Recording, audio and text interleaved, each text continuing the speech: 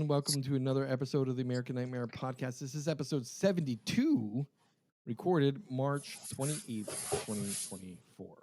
Hello!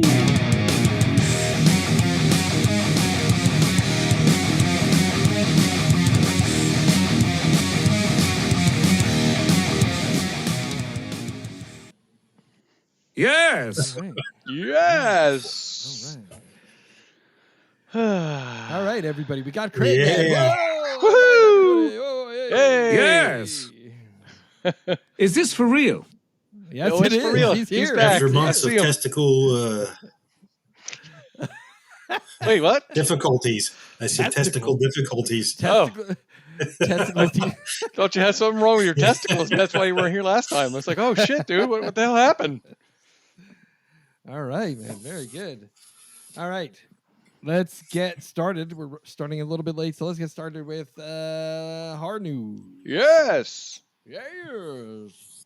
Yes! All right. Ghoulies Director and screenwriter are now planning a new trilogy. They just acquired the rights to the original film from 1984, and now they're ready to introduce it to a brand new generation. Give me the Kreitz. Yes. Dude, I fucking love that very first one. The second one was great too. The second one was funny because it was more of a comedy than the first one. Yeah. But they were still great movies. But the first one was my favorite. Yeah. I'm very excited for that. So, according to AP News, fans of the cult classic horror, the film The Ghoulies, are rejoicing as the dynamic duo behind the original B-horror masterpiece have reclaimed the domestic rights to their 1984 cult classic film. And the plan is to write and release and develop a new trilogy for the new generation. Excuse me, I was just thinking of Critters, not Ghoulies. Yes. I'm Oh, no, dummy. Ghoulies is the toilet. I was like, wait a minute. The toilet. Yeah. Ghoulies I was like, wait a minute. The one that looks a little bit like Eddie Yeah. Maiden. Yeah, I know exactly what it is, but in my head, for some reason, I thought you said Critters. I apologize. That's all right. No Kreitz, Ghoulies. Yeah. All right. Barbara Crampton is producing a remake of The Tourist Trap. Ooh. That's right. 45 Have you years seen that after one the yet, Chris? original You haven't release seen in that one. 1979. Told you to put it. I don't think Oh, I you have. have to I see don't it. think so. That one was on both Craig and I's top 5 lists a couple times for Yeah. couple I different know. lists that we Yeah, it's did. one of those ones. Is it available for streaming or Yeah, like, for let me free tell you, somewhere? right now, if you're interested in catching up and seeing the 1979 original release, right now you can see it on Shudder, Tubi, Peacock, Freevee, and AMC Plus. I have no Yeah, they excuse just then. dropped it do on I? Shudder I have not no that excuse. long ago, Chris. Yeah, it This- just Yeah. got added not too long ago. I'll add it to my Easter Yep. viewing list. Yeah, so Barbara Crampton has got her production company working on a new release, so I'm excited for that. It'd be nice to see an updated remake. Think about it. The number of people that travel the country in tourism and could stumble into never Yeah. coming home is They better way do the high voices up in there too, nowadays, like so- oh. The mannequins were saying. Yeah, it's got to be. I'm sure it will be because Barbara Crampton, come on, she is a horror icon. She loves the horror genre. She's going to do great work with this, I'm sure. Yeah, I'll have to check that. Well, I'll have to watch the original first, so I know what the hell y'all are talking about. According to Twitter and or X, it's funny because if you click on the links, it goes to twitter.com, but yet he calls the stuff X. What a fucking asshole. But anyway, according to Twitter and or X, Jason Blum posted to his feed on Twitter that day one on the set of Wolfman has begun filming. What? That's right. Wolfman reboot by Blumhouse is filming now. Nice. Did Universal do the one with Anthony Hopkins and Del Toro? Was that Universal? Okay, That's correct. That was going to be part of their massive new Universal Monsters universe, which died on Right the after- vine. So what about this one? Is this going to be part of the revamped universe? This is one that Universal has decided to take their hands off of it All right, and so you let said other people Blumhouse. do it. Yep. So if they're supposedly doing this new universe, which they said after the Invisible Man, right? Like, and we know that the Bride of Frankenstein is being done by Warner Brothers, and now Wolfman is being done by Blumhouse. What do they got yet? Dracula and Frankenstein, right? Right, And exactly. all the But Invisible the thing Man was about done. it, they're well, and the best thing about it is Universal Pictures distributed the And the Invisible Man, right? But it creature was from the Black done. Lagoon too, It right? was done by right. It was done by an independent team. So they're letting each movie company kind of do their own thing and saying this is their shared universe. I like that idea because you know what? Universal sucks. They're not doing a great job. They're picking basically Universal has the same problem that Sony has, which is you have a board of directors going, you know what? We should make a movie, but it needs to be Superman without a cape and a giant spider. He has to fight a giant spider somewhere in that film. So you're instead of having that type of bullshit going on, you're letting independent writers and directors come up with something unique and great. You're Think about letting it. artists do their Invisible shit. Man was fucking Yeah, it was fantastic. crazy good, right? Yeah. It was modern. It was edgy. It was Yeah. good. Let other people do it. If you're a corporation that just wants to make money, don't let your board of directors design a fucking movie and decide how things should be. Fucking let independent people put it together and just call it a shared universe. I'm fine with that. Yeah, Yep. that works. As long as it's a shared universe. Right. All right. So that's that. Wolfman, Wolfman, fucking X, fucking Twitter. That pisses me off. Anyway, in the new In a Violent Nature trailer, I don't know if you guys caught it. I posted that to our Facebook group. Announces that the film will be out May 31st for a theatrical release, and then going to Shudder shortly thereafter. Yeah. Oh, nice. A looks Violent good. Nature was one of those films that came out last year during South by Southwest, I believe, and then it caught a lot of attention at Sundance this year, where Shudder then signed it up for distribution. So that's pretty awesome. Way to go, Shudder. Yeah, yeah. Shudder's been really pulling no punches when it comes to the villain acquiring looks films. really awesome. They did a nice job with him, right? Dude, and the scene in the trailer where you just hear wild animals sometimes just be wild, and you see him like with an axe in the background just fucking hacking the shit out of somebody. I'm like, yes, I can't wait till this film comes out. In a Violent Nature is one of the most highly anticipated genre releases of the year. Basically, I pulled from the bottom of the trailer. They got a little description of the film. It says, delve into the wilderness where an undead horror awakens. In a Violent Nature flips the script on traditional slashers, inviting you to witness the rampage from the monster's eyes. Seize the bone-chilling experience in theaters May 31st. Sweet. I am so excited for that film. That's one of those films when I was like, shit, I should have watched that at Sundance, damn it. There's a lot of good ones coming out this year. Yeah. Something I just posted this afternoon on our Facebook group is the new film Baghead, starring Freya Allan. It drops on Shudder in April. Freya, if you're not familiar, Freya Allan is from The Witcher. She played the blonde chick. What was her name? Oh yeah. Yeah. Yeah. But this is coming out from Studio Canal. From their little thing, it says, following the death of her strange father, Peter Mullen, played by Peter Mullen, Iris, played by Freya Allan, learns that she has inherited a rundown, centuries-old pub. She travels to Berlin to identify her father's body and meet with the solicitor, played by Ned Dennehy, who discusses the estate. Little does she know, when the deed is signed... wait a minute. What am I fucking reading here? Little does she know, when the deed is signed, she will become the inextricably tied to an unspeakable entity that resides in the pub's basement. Baghead, a shape-shifting creature that can transform into the dead. 2,000 in cash for 2 minutes of the creature is all it takes for a desperate loved one to ease their grief. Neil, who has lost his wife, is Iris's first customer. Like her father, Iris is tempted to exploit the creature's powers and help desperate people for a price, but she soon discovers that breaking the 2-minute rule can have terrifying consequences. Together with her best friend Katie, Iris must battle to keep control of Baghead and figure out how to destroy her before she destroys them. Interesting. It's a good concept. Interesting concept, something new, Yep. It says it's from the producers of Id and Barbarian, so Cool.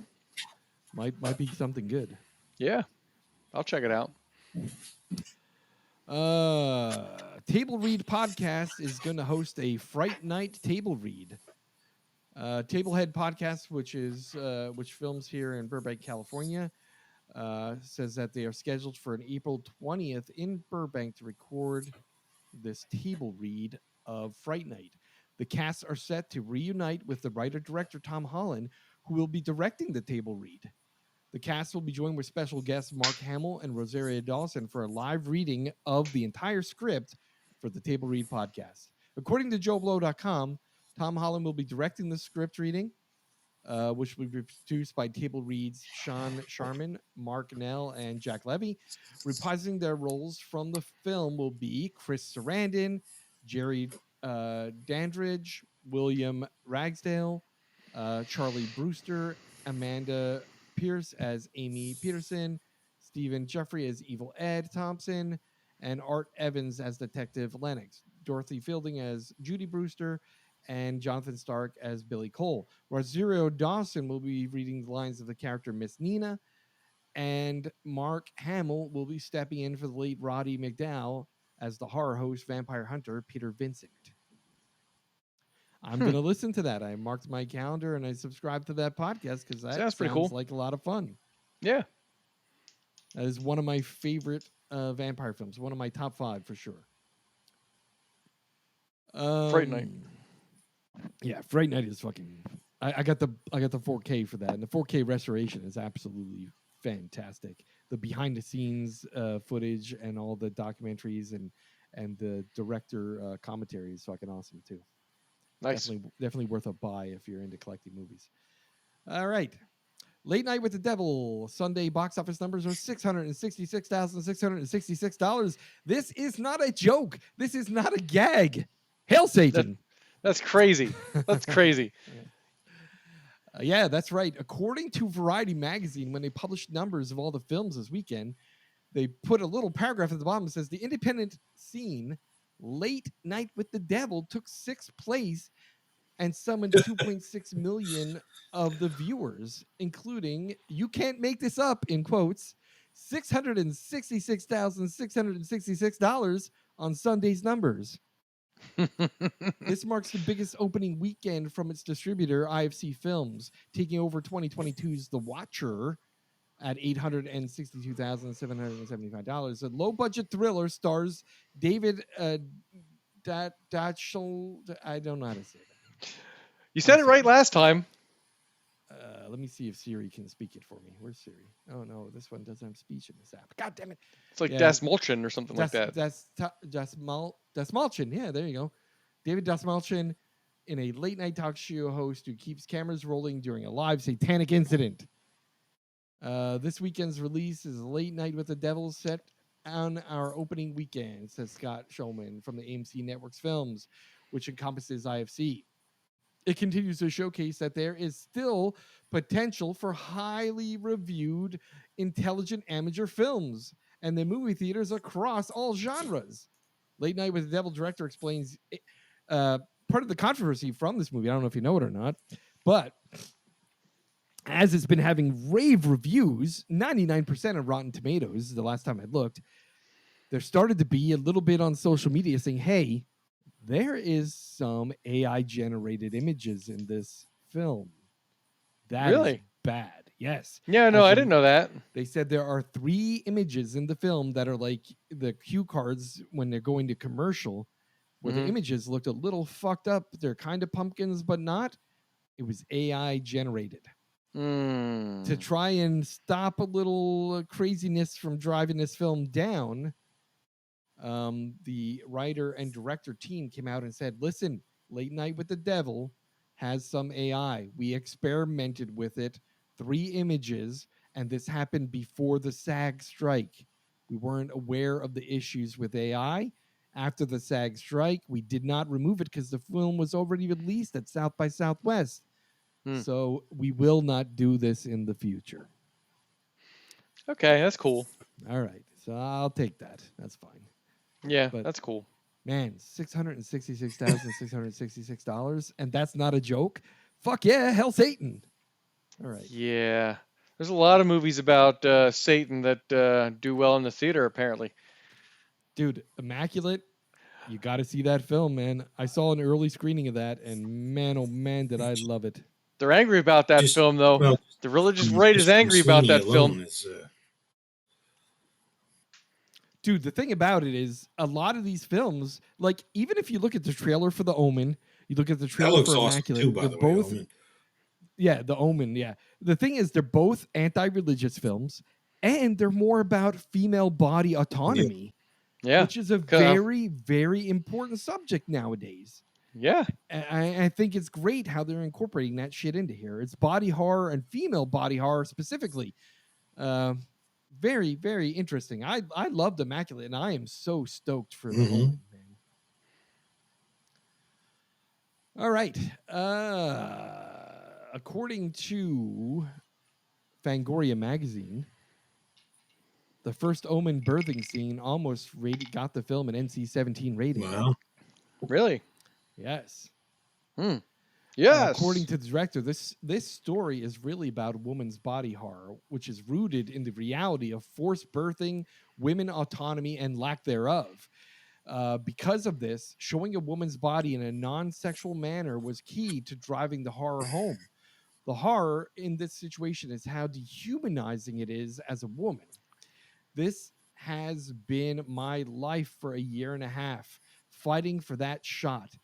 This is the theme of our film. This is a female's body being violated from the inside outwards. This is, if we're here and we're going to talk about female body horror, we're going to have to talk about forced reproduction. We're going to have to be able to show the female body in a non-sexualized light. I'm very proud of this shot, and I'm glad we got it an R rating. Cool. So, yeah. That's cool. All right. Fear Street, Prom Queen, finally has its cast. According to Deadline, they posted an image and information about the cast. I'm not going to read it all off. If you're interested, we'll post the link in our threads here for the Deadline article. But basically, Netflix, Tuesday morning, they unveiled the entire cast for the new Fear Street Prom Queen, which is the latest film from the Fear Street horror franchise based on the book series from R.L. Stine. According to Fear Street's summary here, we have the Fear Street Prom Queen takes us back to the town of Shadyside, Ohio, where the prom queen season at Shadyside High is underway, and the school's wolf pack of its girls is busy with its usual sweet and vicious campaigns for the crown. But when a gutsy outsider is unexpectedly nominated to the court, the other girls start mysteriously disappearing. The class of 1988 is suddenly in for one hell of a prom night. I saw one of the names in the cast I recognized was Chris Klein, who was in a bunch of '90s movies. He did the American Pie movies. Yeah. And yep. that was the only name I as I was scrolling through it real quick. That was the one name I recognized like quickly. Yeah, like I'm looking at the names, none of them really caught me. Yeah. Anyway. Yeah, the first three were great, so I'm really looking forward to this one. The first three showed up on all of our lists several times once again. All three of them too, right? There wasn't a bad one. Yep. Yeah. Cross your fingers. And this one takes place in the 80s, Yep. I think, right? I think that's what you said, 80s. Yep. Another Deadline story. According to Deadline, the Stephen King adaptation, The Monkey, just wrapped filming.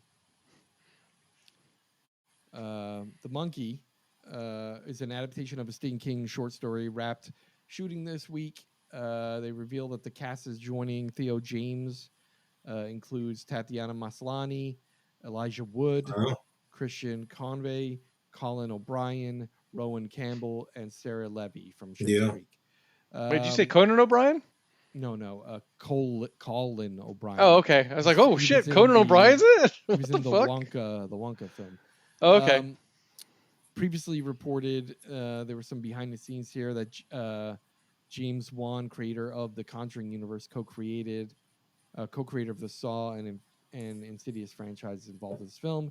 In The Monkey, Two twin brothers, Hal and Bill, discover their father's old monkey toy in the attic. A series of gruesome deaths start occurring all around them. The brothers decide to throw the monkey away and move on with their lives, growing apart over the years. But when a mysterious deaths start beginning again, the brothers must reunite, find their way to destroy the monkey for good before it takes the lives of everyone close to them. One of those little toys. monkey clapping the ching, ching, ching, ching, Yeah. ching. The little, yeah. There was a Yeah, horror was movie out in the Shine. 80s, or was it on the cover of Monkey? Yes. Yeah, that was it. Monkey Think, Shines. was it? That was Or it. I don't remember. Yep. Yeah, I it think was that on the was it. cover. It was on the cover of it. Yeah. Yeah, they made a movie about that. Like I remember that. Maybe it was a short or something, but I Yeah. remember that. Yep. Yeah. So what? Stephen King, man, his. I got a feeling even when he dies, his stories are still gonna be made into movies. Like his estate is gonna be managing that shit for decades. For sure. All right, one more story here. We got Ryan Coogler has a vampire film that's expected to be released in March 2025. The film has landed a March 17, 2025 date, including an IMAX release. Production is supposed to start in the coming weeks. He signed a deal with Warner Brothers for him, and who's that dude that plays Creed? Michael B. Jordan is going to be starring in that film. Oh, I thought you meant Creed from The Office. No, what is wrong with you? Creed from The Office. The movie Creed. All right, That wasn't Michael B. Jordan. Warner Brothers wants to avoid the summer and fall with this one, so hopefully it'll be out just in time for spring. All right. Any other stories from you fellas? No, I went and saw Ghostbusters Frozen Empire over the weekend. It was a fun movie. You know, I mean, you know it's not a horror movie, right? When you go to watch It did Ghostbusters. did better than the last one. Yeah. Did it? It was fun. There were some plot holes here and there, and I think they tried to cram too much into it. But I think what they're trying to do, because apparently Jason Reitman has like two more like ideas in his head to further this, so they're trying to phase out the old dudes so they can usher in the new group. So this one was, I think that is supposed to be that kind of that handoff, and it was a good time. I liked it. Jason Reitman didn't direct this one, right? He just produced it. Is that correct? Yeah, but he's got ideas in his mind for the. Okay. Yeah, I think he produced this one, but he's got plans for two more, I believe. Nice. From what I read. Nice. It was nice. fun. Sal, There were some callbacks in there. I was going to tell Sal, I thought you were done. No, that's cool. I basically was. Six Flags has Screen Break. So, Scream Break. What's it's that? a horror themed. They converted Six Flags. Yep. Spring? That's pretty awesome. I don't know how far away it Nice. is from you. That's a good idea. Maybe an hour away. Let me see. Six Flags. It's like Christmas in July, Yeah. but for Halloween. Six Flags Magic Mountain. Yeah. Is that what Yeah. Is it Venture? No. Oh.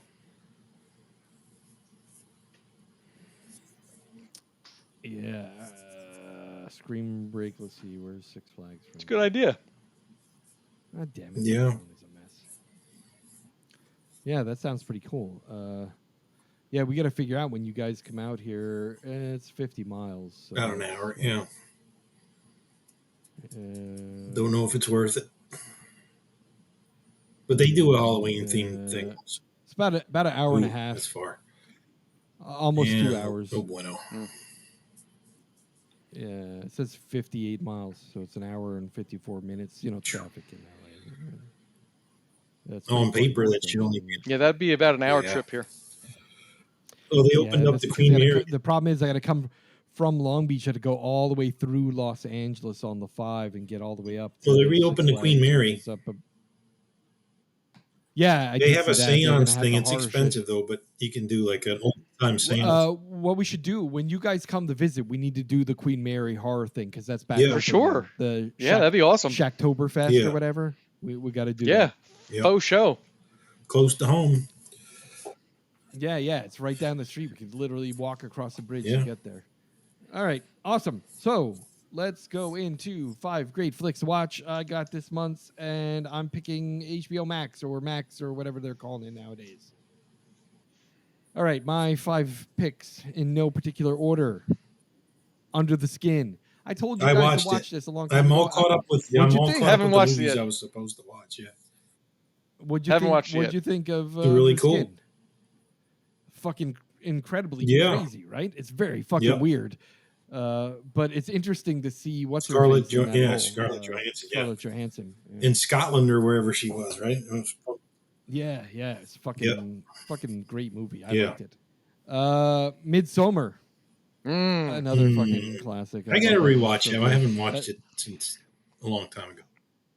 That's one of those ones you could watch it. I could watch it once, maybe like every 5 years. You know, like it's not one you need to see Yeah. like every year No, because no, it's no. just It's fucked very up. fucked up. Yeah. Yeah. Like, oh, I forgot about Midsommar. I'm gonna watch that. Oh shit, yeah. It's I'm one of gonna wait those. another It's 5 one of years. those films that you're like, yeah, it's a good film, but it leaves you with like mental scars that you think about for a couple days afterwards. Yeah, yeah. Life After Beth. It's a comedy. It's on horror. it's in my queue. I like her a I've been lot, wanting to too. watch it. I like just her a haven't. lot, and it's in my queue. And I am. Aubrey It's Plaza. John C. Riley, Aubrey Plaza. Yeah, like, what's not to like? Listen, it's a good film. It's very funny, but it is a zombie film, and I like it.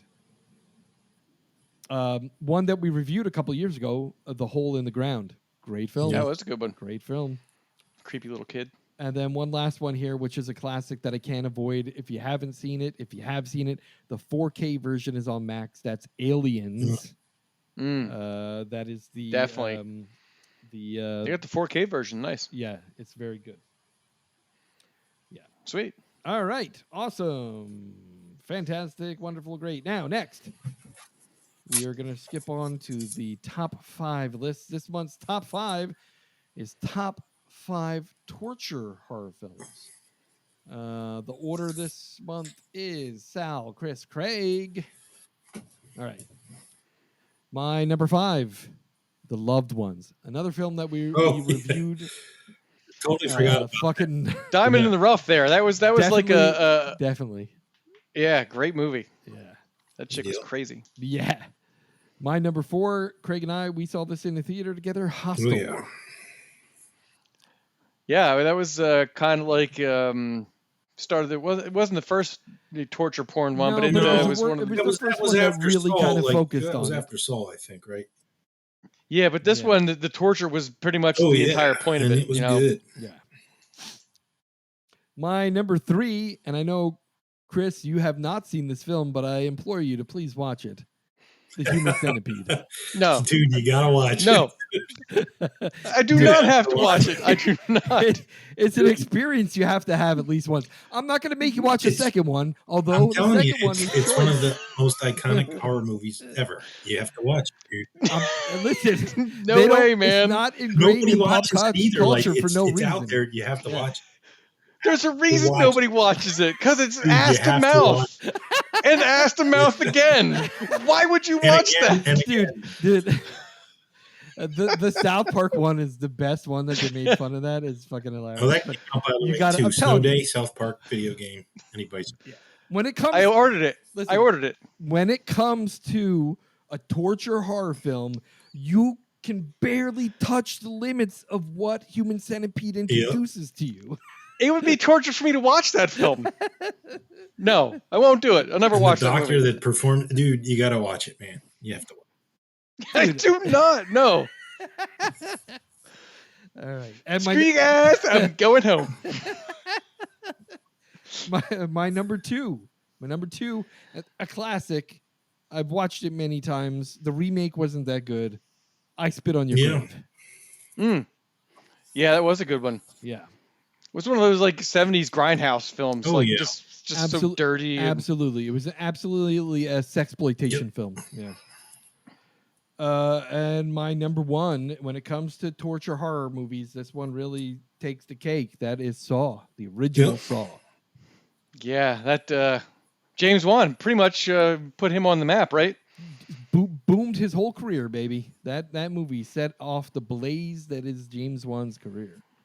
Faux show. I got Any 3 honorable mentions? I got 3 honorable mentions. House of a Thousand Corpses. You know, we can't skip over that one. It just didn't qualify in those 5 for me. You know, I didn't even think about that, but yeah, you're right. It's Definitely torture, man. That is a torture horror film. Turns him into the fish boy. And mental, And then mental. we've got, how about mental torture on that one too? Exactly. Then we got the classic 1972, The Last House on the Left. That one will fuck your head up. And, of course, Misery. Oh, yeah. I didn't even think of Misery, too. Yeah, that's a good one. Man, there's ones there I didn't even think of. There's lots, actually. I could have done top 10 of this.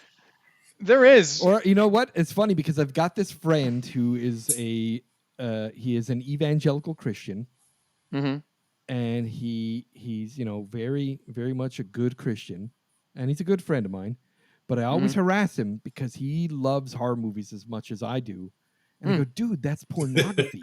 Like, horror movies is straight up horror That's porn. the loophole, though. Right? For sure. I said, you're betraying the will of God. You should not be watching That's porn. a loophole. He's smart, right? It's a loophole.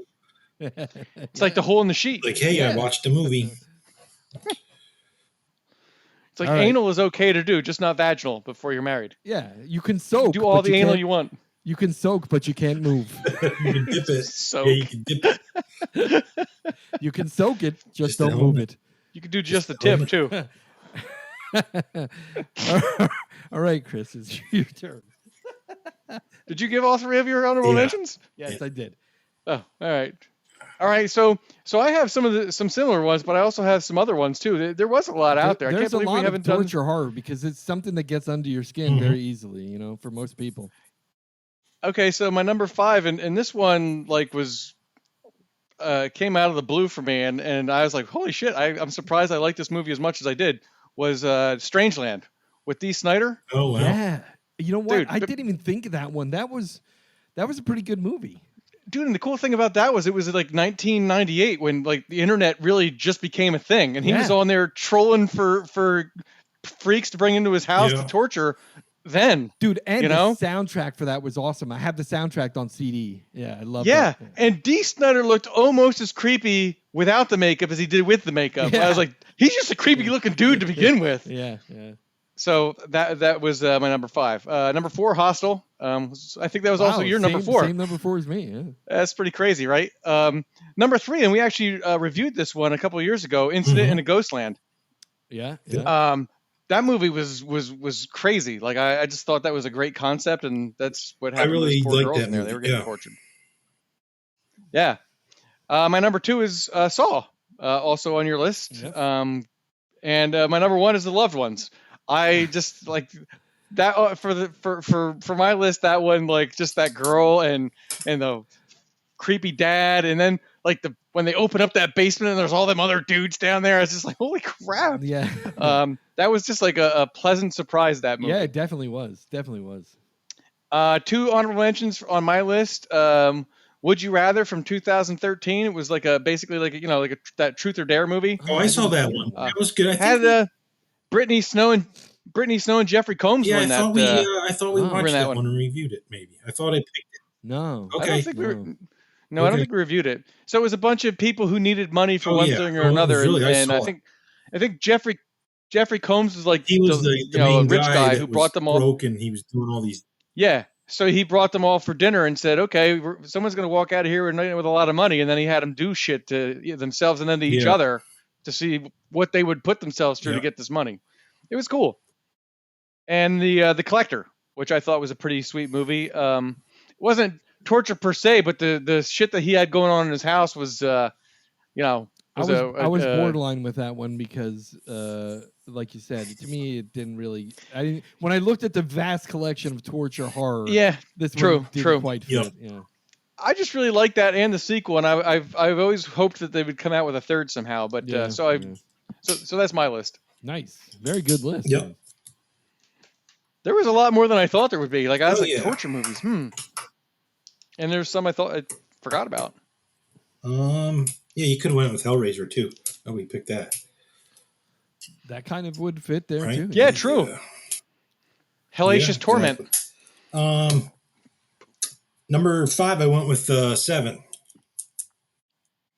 Oh yeah. Oh shit. Yeah, I didn't even think of that one. Think about that one. Shit. When they got to the crime scenes, they were obviously tortured.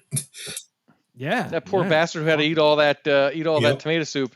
And then the guy who had to buy that cod piece and and go to town on a burger with that. Damn. Yep. That's some good torture. He made me do it. That's right. So that's why it was on my list at number 5. David Fincher. Yeah, number Shit. 4, I went with Incident in the Ghostland. Oh, Yep. nice. Number 3, The Human Centipede. That's my number 3 We gotta also. torture Chris and tie him to a chair. I know we're gonna make him watch it. We'll pry open his And play eyelids. Beethoven in the background. Yeah. Pry my eyeballs open. Like Clockwork Dude, Orange. It's one of those films where I literally cannot get some of those scenes out of my Clockwork head. Orange could have been another good one too, I guess. Yeah. Yeah. The Ludwig von. Speaking about prying the eyelids open and making you watch. Yeah, that's why. Number 2, I went with Saul. Nice. Yeah, that's my number 2. Just I'll go with the first one because That kicked it all off, man. There were No, some for other sure. good ones. So actually, 2, 2 is really good. And number 1, I went with Hostel. I don't know. Yeah. That eyeball scene, Yeah, man. that's oof. Dude. I just remember seeing that in the theater and being like, what the fuck? Bro? Yeah. Yeah. What we need to Insane. bet is it could really happen. You know what I mean? That's what you walked out of there going, Yeah. God damn. Yeah. Yeah, like Probably shit. there's I don't know. motherfuckers I out there stay backpacking Sadistic in Europe. motherfuckers that yeah. Yeah, the reveal at the end was like, oh shit. Yep. Yeah. Fuck. And then Hostel 2. Oh God, yeah, just as good, right? Yeah. I don't think the I've seen Bloodbath Hostel was 2. good on that one, right? Yeah. Don't Oh, think you I've have seen to. it. It's just it's not. I'll it's see good, that one. but I won't it's- see I Human wouldn't- Centipede. It was good. Not as Okay. That's it, Craig. When you guys come to California, we're watching Human Centipede. yeah, no. I'll go sleep out in the street. And I had House of a Thousand Corpses on for my honorable mention. That's the only one. Nice. Nice. Yeah. I didn't even think of that one Yeah. for a torture movie. Yeah, it literally is, man. To me, when it comes to horror films, there are few horror films that I can watch and go, oh shit, this actually is terrifying. And there's 2 for me. One is Home Invasion, and the other is Strangers. Torture. Strangers would have been a good one too, right?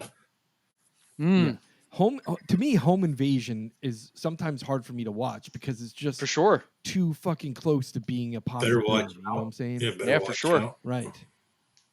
And the same with the torture horror. It really gets under my skin. Like, it's really difficult. The Human Centipede was hard to fucking watch. But Sure is. But the funny thing is, even after seeing it, I watched part 2. Yeah, I think there's 3. I watched did all watch 3 of part them, 2. to be honest. I did not watch part 3. Part 2 drew the fucking line for me because that crazy motherfucker that was trying to mimic the original Yeah. killer, fuck that. That guy was fucking crazy. And then I met him in Oh person. yeah, that heavy. I met him in Old guy. person, and I got him to sign his photograph of him from He's the been film. in other stuff too, And though. Yeah, I've seen him. Dude, I got a film. I got the photo somewhere on my Really? computer, but I got it signed, and I gave it to one of my friends at work, and I got it to sign with his fucking name on it, and it says, always eat a high fiber Oh, diet. geez.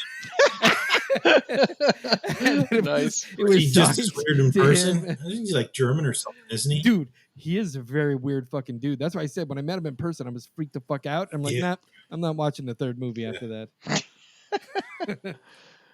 I almost felt like the second movie was a documentary after I met that guy. All right, awesome, good. We're moving on to our movie review this month. The movie this month is a film called High Life. It was released in 2018 in the film like showcase kind of fucking shit film contest, but was picked up and released in theaters in 2019. This film is based on a character named Monty. Monty and his baby daughter are the last survivors of a damned and dangerous mission to the outer reaches of the solar system. They must now rely on each other to survive as they hurtle towards oblivion of a black hole. This film is rated R for disturbing, violent content, disturbing sexual content, graphic nudity, graphic language, graphic sexual assault. He's got it all. Yeah, the genre. The funny part though is genre is mystery, thriller, sci-fi. You're like, wait, what? Yeah. With all that shit in it, it's a thriller sci-fi. Mystery? Yeah, it is an English film. It was directed by Claire Denis, a French director, and written by Claire Denis, Geoff Cox, and Jean-Paul. I don't know how to say the name. I'm sorry. It was released in theaters April 5th, 2019, and limited select theaters, and then sent directly to streaming on June 11th, 2019. The box office gross in the U.S. was 1.2 million. It was released by A24, and it's an hour and 53 minutes long. When I saw A24, I was like, oh shit, another A24 movie. The funny thing is, I don't know if you guys go on Reddit at all. Do you guys use Reddit? Nah. I prefer Reddit over most social media sites. But anyway, there is a Reddit channel dedicated solely to A24 films /r/A24. Oh, and sweet. Somebody 3 years ago, I remember, went on a rant at how shitty this movie was. Like, he went on a full-blown fucking rant. And now that I've watched it, I go, I think he was wrong. I was gonna say, I mean, movie at all. You know, it's funny. Like, remember when we went and saw Hereditary? We walked out of the theater and there was younger people in front of us who didn't care for it. Yeah, they were like, that was dumb. Yeah, I mean, some people are just like looking for a certain thing, especially if they hear horror. But the description you gave didn't say horror. But there's different kinds of horror, especially as you get older and you know, become more in tune with being a human being, and you know, it's not just about jump scares. Right. So I agree with what you're saying there, but let's talk about the movie.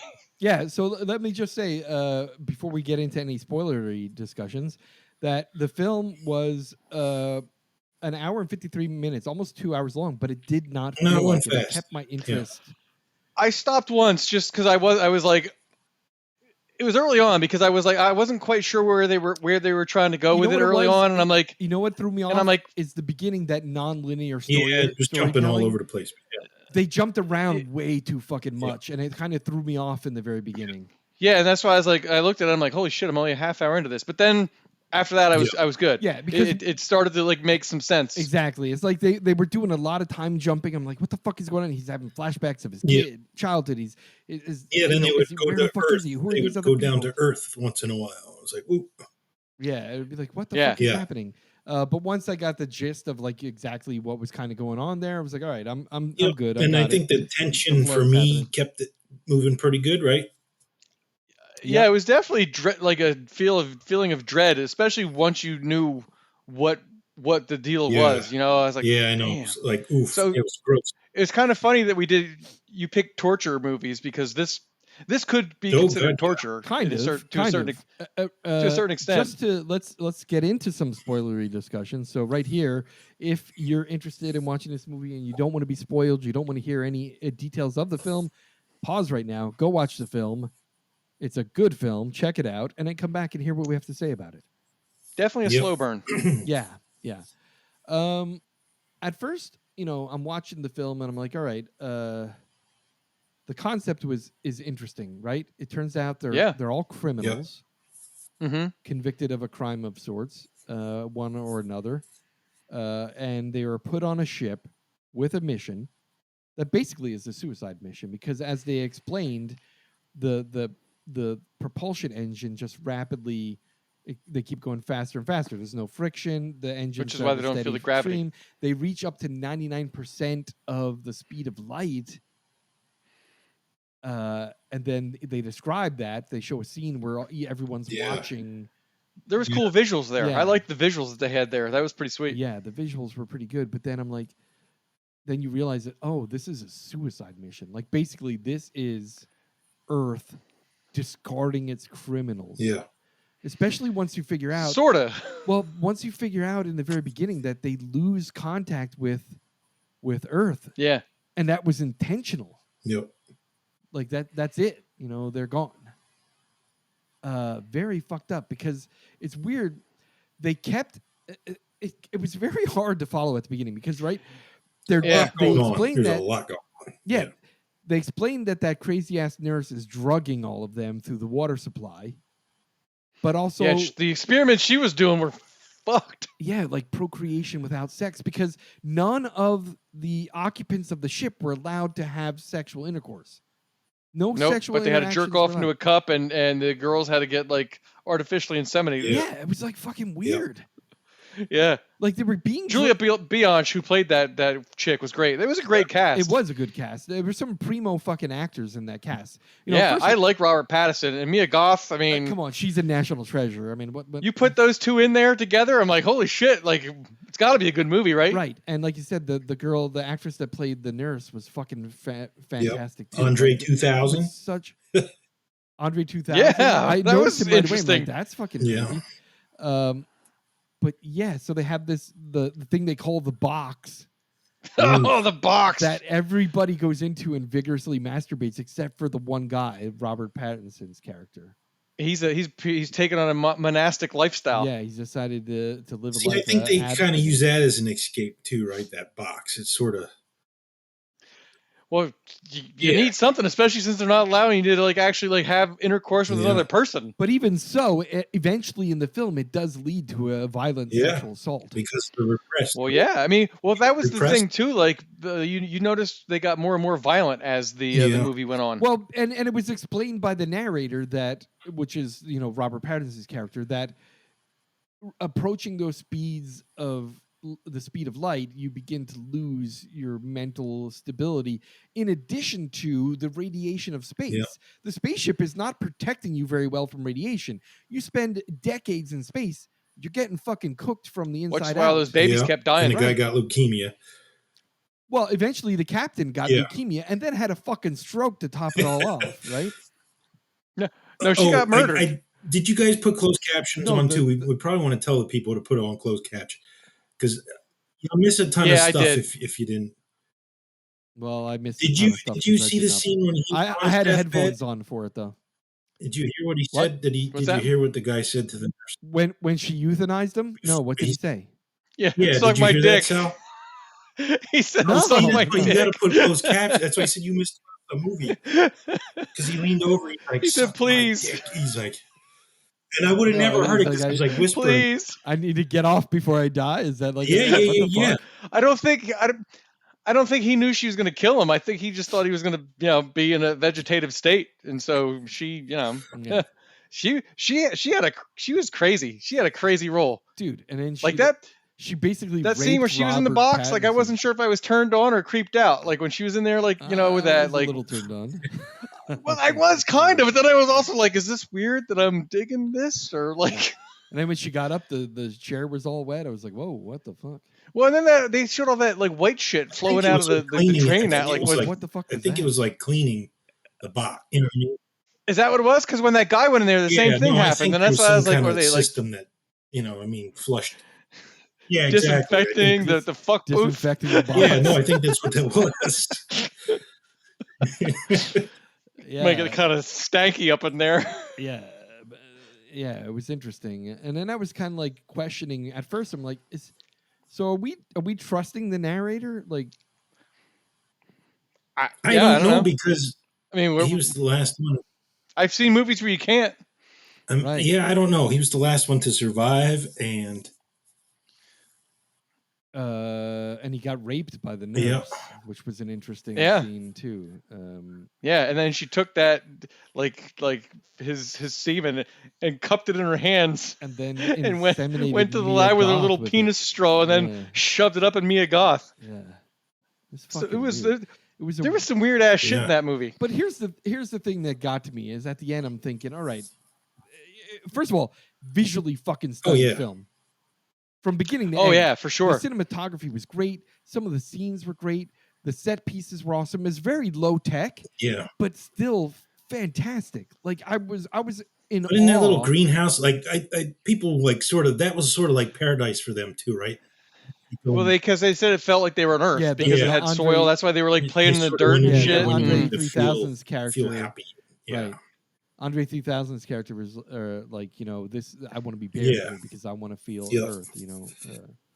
And he did bury him there at the end. He's the only one that he didn't throw off the fucking ship. Yep. Yeah. And then after the nurse got attacked, she put herself out the fucking airlock. And then like that's what I was saying before. So Mia Goth killed the pilot Killed the because the pilot. pilot was. And then just that scene was Oh, awesome when she was yeah. out there and like she started. You could see her getting Oh, sick and yeah. shit. And then I she was like, basically, it was funny because I was reading the background of this film. They had a physicist as a consultant on this film to explain spaghettification.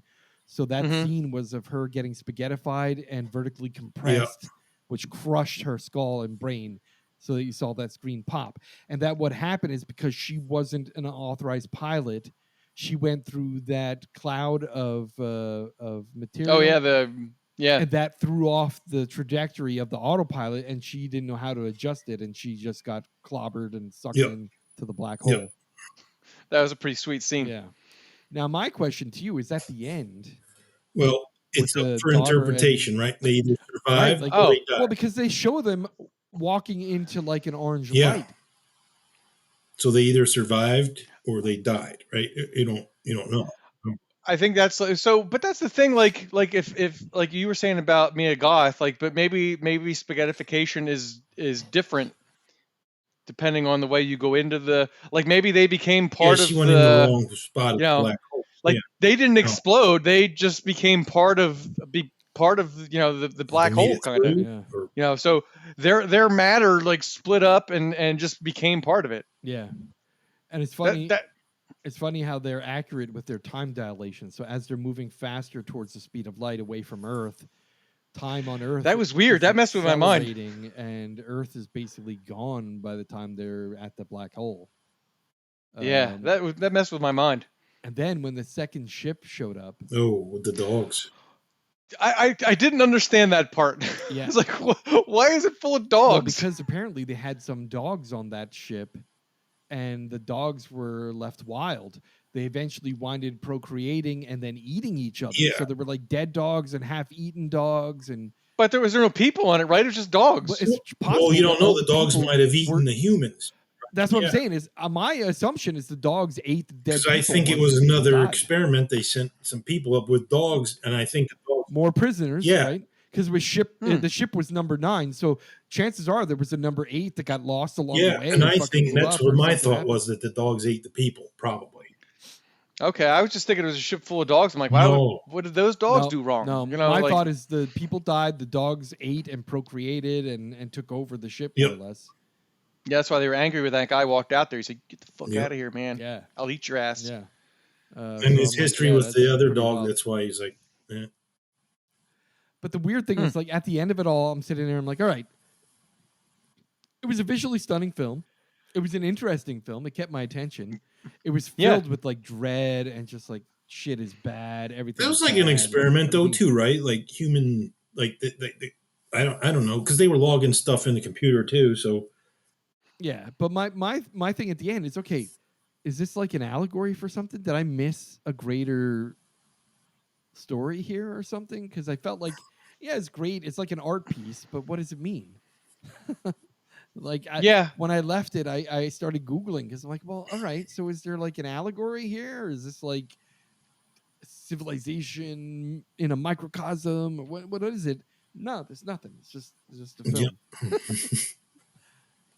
So, I mean, take it for what it's worth. It was entertaining. The cinematography was stunning. I read up on the director. She apparently did a lot of really great films. So it kind of reminded me a little bit of... Solaris, no. Yeah, I was just going to say that. So the same kind of film shots, the same kind of ideas. It pulls a lot from like Solaris. And it was a great cast. Oh, yeah, and the cast. No, it was good acting. Like I said, you could pull a lot of human behavior out of the movie, right? Yeah, I think for sure. Like knowing that sexuality, you're either going to like. Yeah, I mean. Yeah, and you can't I think be abstinent forever. Well, no, but and the really shitty thing was he was left on the ship with his daughter. Yeah. You know, so you That know was sad, you're right? That was you're super never sad. gonna Like, it's just you're never gonna get back home. You're going to die on this ship. Your ship is running out of all kinds of shit. They took control of what they could control, and And that's why I shot said they themselves were, into that you know, black hole because they were a happy family, and that's why I said they sort of did that together, right? When they grabbed each other's hands, they're like, yeah. you know, we're either going to make it or we're not going to make it. And I said, I think it's sort of up in the air. I don't know, you know, the ending. So I guess you could say that for like your allegory for the movie is like, you know, like they didn't have control over pretty much anything. Yeah. And so, you know, they had the ability to decide that they weren't going to just wait around for shit to fall apart, and they were going to, you know, take their lives into their own hands and hold hands and sing Kumbaya on their way Yeah. into Yeah. the black hole. Yeah. Yeah. Yeah. All right. Maybe. Yeah. I mean, it was a little bit depressing. Yeah, a All the lot. fucking Yeah, for sure. For sure it was. the violence and Well, when then you the found out baby that there's like, dying. you know, they're going nowhere, it's like, oh, that was so disgusting and gross. It was like, ugh. Yeah. And then that one baby dying, and then Mia Goth saying she's not going to have any kids, and then she's basically becoming violent because she doesn't want to partake in those fucking insemination fucking experiments. And then you find then out that she's like, they got me, you know. It was like, yeah. And then you find out that the nurse, like, she killed her yeah, kids. and her husband. And husband. Yeah. Yeah, and they're like, well, did you suffocate him with the pillow? And she goes, no, I used a knife. Yeah. I'm like, oh, Yeah, fuck. she was a mess. Fuck. She was Yeah, a cool character, though, right? Like, Well, yeah, For sure, but yeah. basically, it just proves that every fucking person on that ship was a criminal. They didn't go into detail with the captain, but I'm telling you, the captain was a fucking criminal. too. Yeah. They all had to be fucking criminals. Yeah, for It's sure. pretty wild. yeah.